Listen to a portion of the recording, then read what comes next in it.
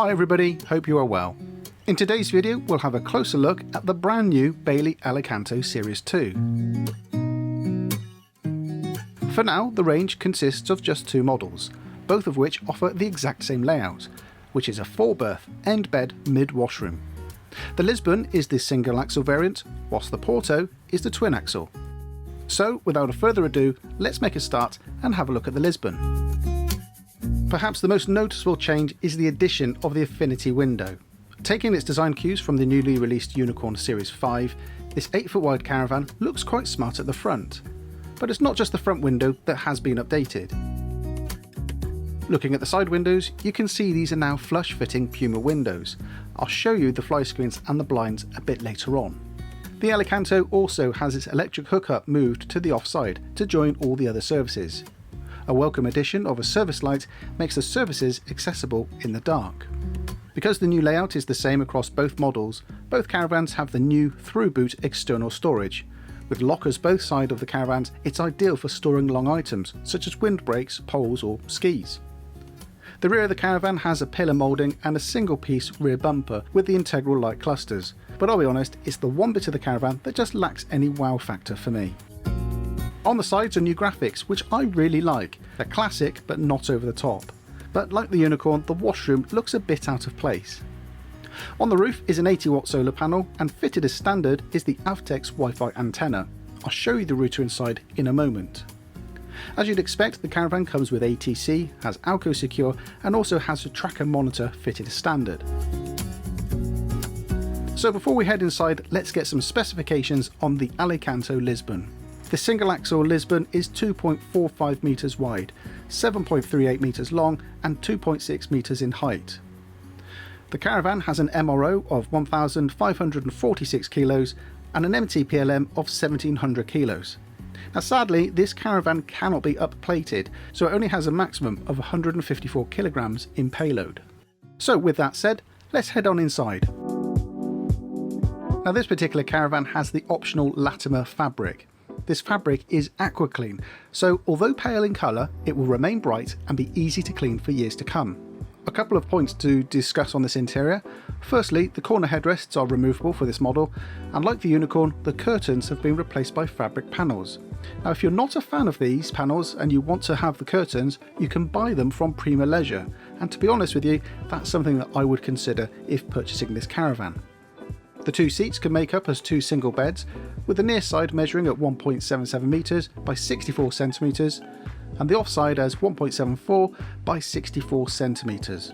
However, pull out the slat to make up the double bed and you have a very reasonable 2.12 metres by 1.13 metre double bed. Above the seats are the lockers, finished off in cashmere and light oak, and of course they're all self-closing. Now I will show you inside this cupboard, which contains the inbuilt Wi-Fi module which I mentioned earlier is fitted as standard. Now moving into the kitchen, I think this is the most attractive kitchen that Bailey have produced in a very long time. The L-shaped kitchen has an undermount circular sink with a flush fitting cover. Next to the sink is the dual fuel cooker with separate grill and oven, and above this is the microwave. Opposite the cooker is the Dometic Tower refrigerator, that's 133 litres in capacity. Now you will notice on this single axle model that the freezer is inbuilt into the fridge. Moving further back is the washroom. A fully lined shower cubicle is on the left and the toilet and basin are on the right. The addition of a window makes this small space really bright, and although small, I can easily sit on the loo with the door closed. So let's finish off this tour with a look at the end island bed. Now the bed is massive and it measures in at an impressive 1.9 metres by 1.53 metres. And for those of you that can't quite fathom that out, that is actually a king size bed. Now I'm not 100% sure on this, but I think this is the first time we've seen a fixed king size bed in a caravan. The mattress itself, by the way, is sprung for maximum comfort. Now to accommodate the new bed size, the wardrobes have been curved inwards, with handy cubby holes and useful cupboards that have been added to the sides of the bed. And I must admit, this is a lovely bedroom and I really like the way the headboard is backlit, making this a really relaxing space to just drop off. So that's the Lisbon. Let's swap the caravans over and show you around the Porto. Now as I mentioned, the layouts are exactly the same, but being a twin axle means it's bigger. Now, I won't go through the entire caravan, but instead I'll show you some highlights and differences between the two models.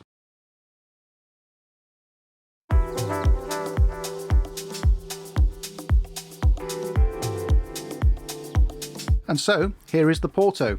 I think this caravan looks really nice with these new graphics.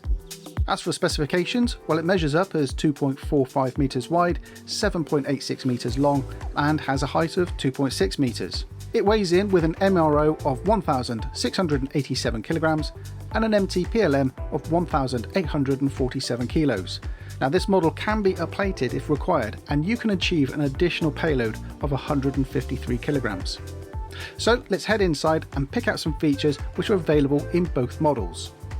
So this caravan has the standard Portobello fabric, which I think looks really nice. The bed sizes at the front of the Porto are slightly bigger than that in the Lisbon, with the near side bed at 1.85 metres by 64 centimetres and the offside bed at 1.82 by 64 centimetres again.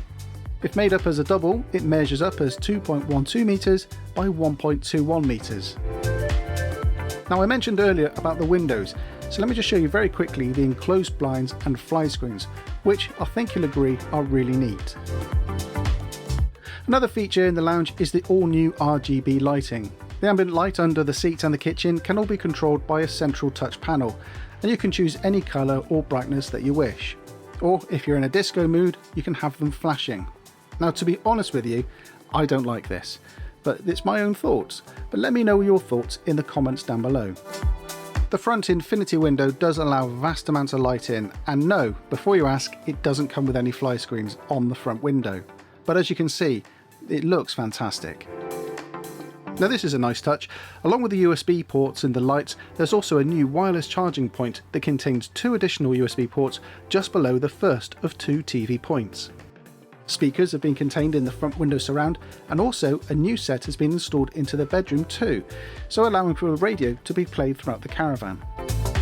Now, one huge difference in the Porto is the washroom. The layout is bigger and incorporates a heated towel rail, which I personally think is a superb addition to the bathroom. However, this particular one I think is mounted a bit too high. Now, you may have noticed the clear window, and if like me you're not a fan, don't worry. Prima Leisure have a DIY kit that you can add an opaque film to the window to give you some privacy.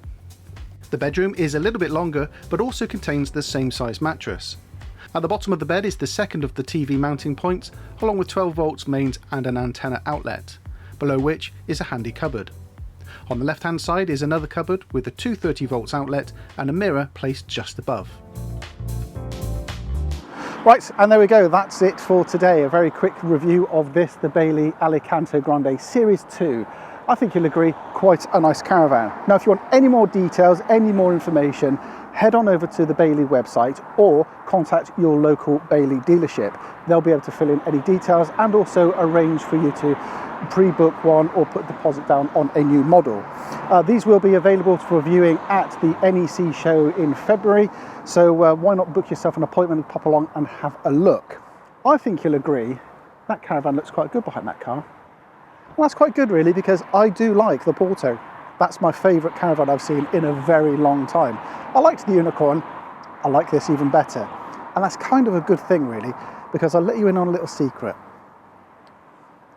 You might be seeing a bit more of this caravan on our channel later this year, but let's keep that between you and me, okay?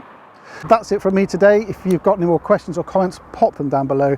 But please do hit the subscribe button, hit the notification icon as well to be kept up to date when we upload the next video. And if you can do all of that, then I'll see you in the next one. Many thanks for watching, guys. Take care, stay safe. Bye-bye.